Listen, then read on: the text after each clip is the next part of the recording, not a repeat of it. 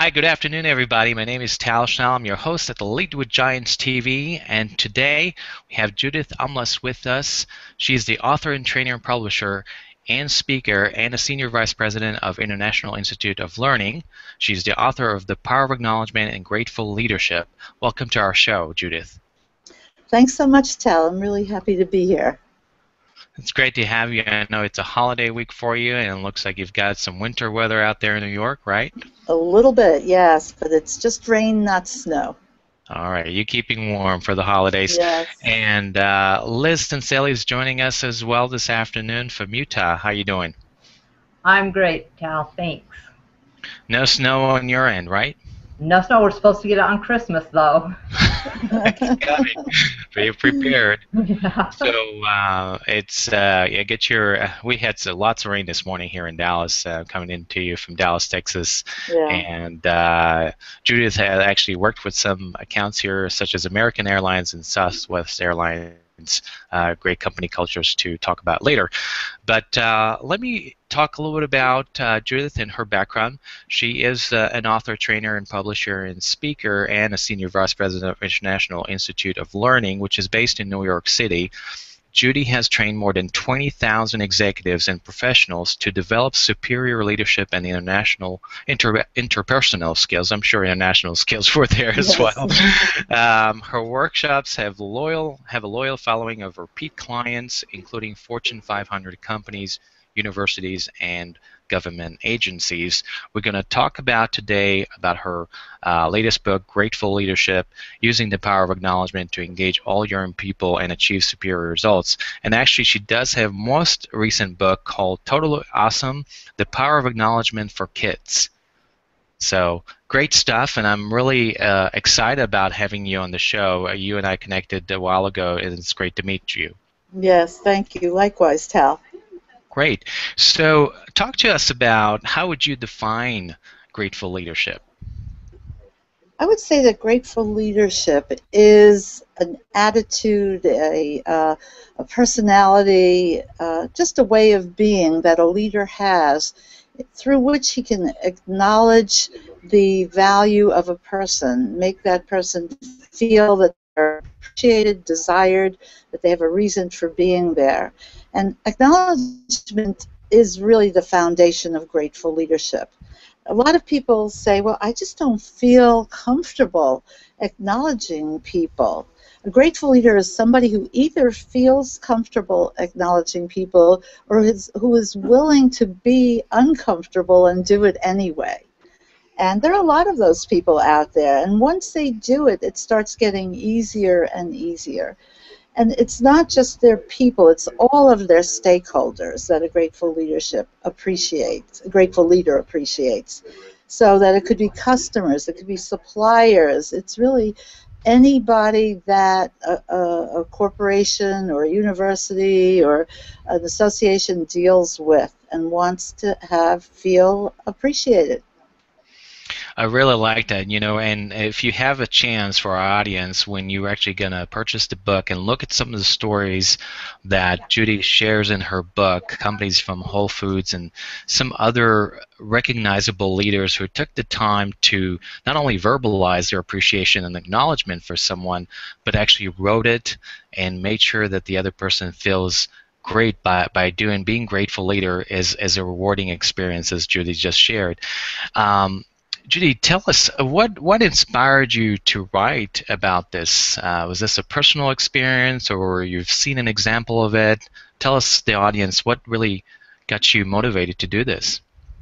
Well, years ago, I was very aggravated. I was one of the few women who was pregnant until my due date in a corporation, and people were just making all kinds of strange remarks to me.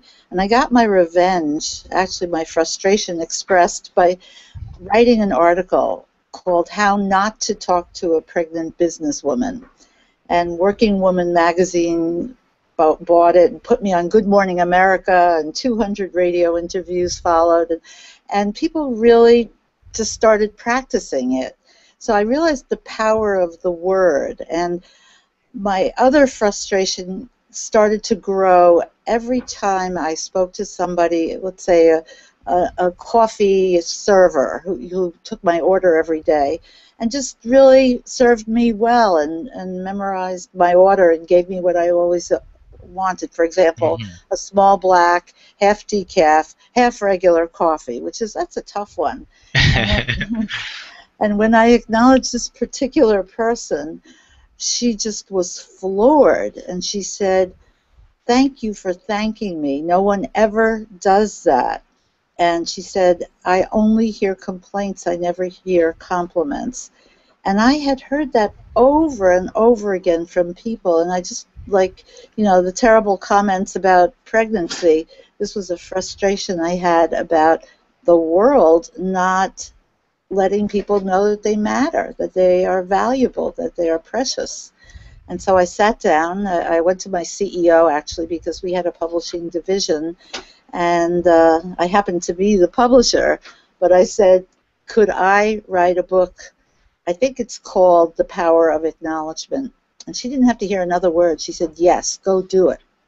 Mm. And I did it, and the minute it was completed, they had me on the road. I was leading webinars for hundreds of people from around the world.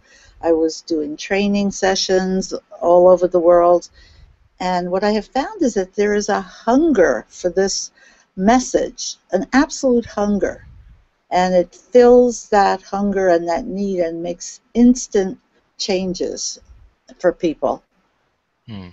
It's very inspiring, and I encourage all of our leaders out there who are watching to get a hold of also her first book, The Power of Acknowledgement. That will be a really good foundation for your leadership, and then continue with Grateful Leadership book. It's excellent.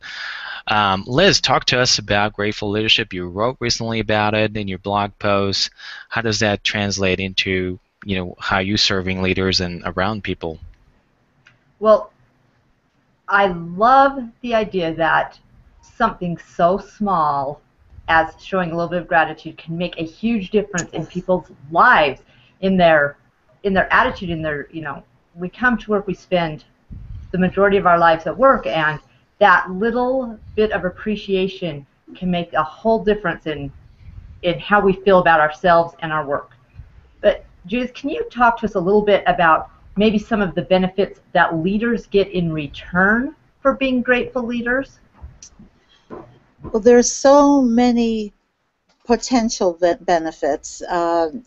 Number one is having a state of well-being among your people, where they are excited, they're happy to be there, they're powerfully connected to your vision and your mission, as opposed to the way Gallup defines it, the sleepwalkers, those who are not engaged, the check-in, check-outers. So these are people who will be passionately engaged through your grateful leadership. And also it affects the bottom line over and over again. We're able to show that people who are engaged work better, produce higher, their productivity is higher, they're really determined to excel in every way. And a very key tool in engagement, in employee engagement, is gratitude and appreciation. I absolutely agree with you. Thank you for sharing that. You're welcome. Judy, talk to us about, a lot of us are curious and really need to understand better, and you're the right person to tell us, is what's the difference between recognition and acknowledgement?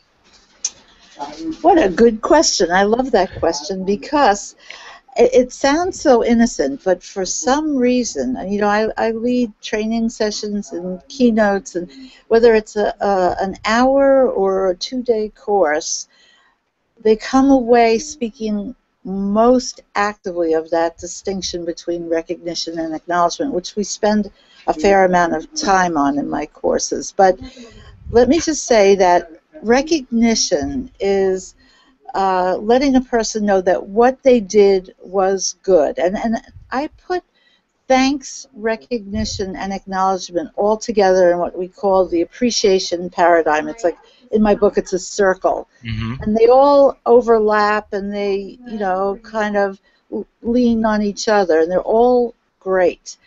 But recognition is something that's usually action oriented, and very often companies have recognition departments. They have initiatives. They give awards and rewards. They, if you've been there for 20 years of service, you get some special gift and a Mm-hmm. ceremony. So Right. those are all great, and I in no way diminish their importance and power. But acknowledgement is not so much letting a person know that their actions are appreciated, but it's who they are. And an acknowledgement can be done at any time. There's no work that has to be done to get a plaque or a gift card or anything. Just Right. in the moment. And I mean, I was once giving a talk to 1,000 people, and a woman just jumped up on the stage and she said, "I have to give you a hug." And she couldn't wait, and that was just a wonderful acknowledgement, a little out of the box, but Yeah. and we don't have to go that far out of the box, but letting a person know right then, right there, how you appreciate them and their gifts and what they bring to a team or to your whole business is precious and priceless. So I those really two like are that. distinct. Hmm. And I know you share several examples in the book, and you talk to grateful leaders that you share specifically how did they communicate with someone and how they value someone. What I really like about it is that it was very specific. It wasn't, oh, just pat on the back, great job, kudos. Right. It was very specific to that individual. Is that sort of where we need to be clear about? Yes, and you referenced the grateful leaders in the book. I had the honor and the pleasure of interviewing 11 grateful leaders, such as CEO Walter Robb of Whole Hmm. Foods and other CEOs, plus a chaplain in the U.S. Army who had brought the power of acknowledgement into West Point with outstanding results. Just amazing human beings who got the importance of the message. Right. And I know in the Army, when I trained those 21 leaders at West Point, they said they had never been acknowledged, nor had they ever acknowledged anyone. And yet they were recognized for their bravery. They got awards and stars and stripes and attaboys, attagirls. Hmm. But they said they were going to take acknowledgement with them to the battlefield where they were being deployed. And, to me, that was such an incredible statement of how missing it was. And I was asked by the U.S. Army to do a pilot program to help prevent military suicides using the power of acknowledgement. That's very powerful. So that it can be that meaningful. It can make a huge difference in a person's spirit and how they see themselves. And that's one of the things that I think that with there's a lot of managers right now who are doing more with less and trying to kind of get through the day with doing so many things, but at the same time this sounds more about building relationships with people and creating a culture that people want to be part of. Yes, definitely. The culture is critical. If you don't have a culture of appreciation, people basically don't want to come to work. I mean, they'll do it. They'll get there. They'll do what they have to do, but they don't feel powerfully connected. And I call acknowledgement the double paycheck. We get the paycheck that pays our bills, but the emotional bank account, it needs filling also. Hmm. And I love the way Stephen R. Covey put it. He said, uh, physical survival is the number one need of a human being.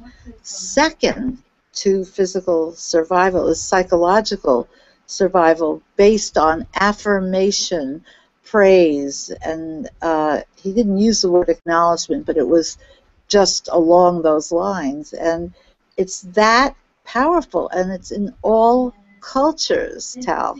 Mm-hmm. There are cultures that have told me, we don't believe in this. We don't have it in our culture. And if you have a minute for a quick story, I can give you an example of Sure. that. I absolutely very interested and curious because not only cultures, but there are some companies who are underestimating that power within their employees, and they're more bottom line oriented. They're looking at profits, but forget about people. So not only cultures, and I would love for you to share that story, but some businesses underestimate that as well. So share with us what you have in mind.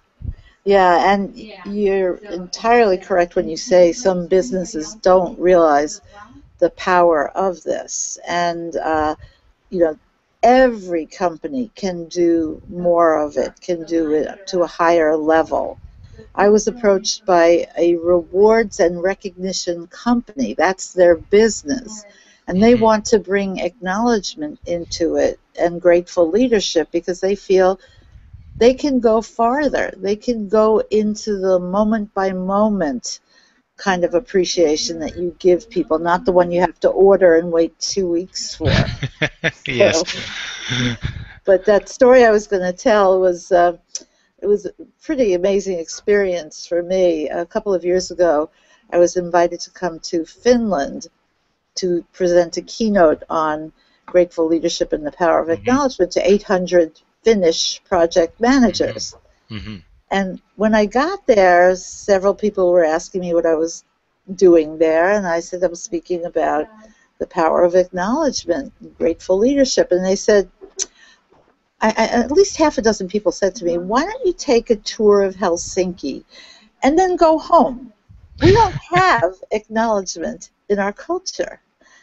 And I said to myself, this is a challenge, and I love challenges. It's a But test, right? it was a test, yes, but I was a little nervous as I got to the podium, and usually by the time I'm walking to the podium, I'm calm and cool. Right. But I decided to take a risk, and so I said to these 800 project managers, I've heard that acknowledgement does not exist in your culture. Is that true? And 800 heads went like that. Yeah. And then I said, I've also heard that Finland has one of the highest suicide rates in the world. And I gulped in my own Uh-huh. mind, you know. I said, is that true? Absolutely. All those heads went up and down. And then I said, do you think there might be some connection between those two factors? And suddenly the room went wild. They started talking to each other and buzzing. And when, at the point that I asked people to acknowledge somebody in their corporate existence, you know, I thought I wouldn't get a hand, but they were jumping out of their seats. They said, I want to acknowledge my boss who's sitting right here. Mhm. And suddenly they were acknowledging their own need for that in their company and their culture. And not too long after, I was asked to come back to a very large power company and train 100 managers in Finland in grateful leadership. So, you know, it doesn't matter what the culture is. Stephen Covey is right. It's a psychological need of human beings. And to me, that was kind of the ultimate test. Mhm. And I really love that story, and it's already resonating with us. So it's a great segue for us to close segment one. I love stories. This is a powerful story, and it just goes to show you that not necessarily being in a country that doesn't exist. How about your company? Does it exist in your Oh, company? very So think good. about that. Very nice. All right, so we'll close segment one here and now. So stay tuned. We'll have another one. This is all being recorded, so everybody can watch it on their own time. Thank you.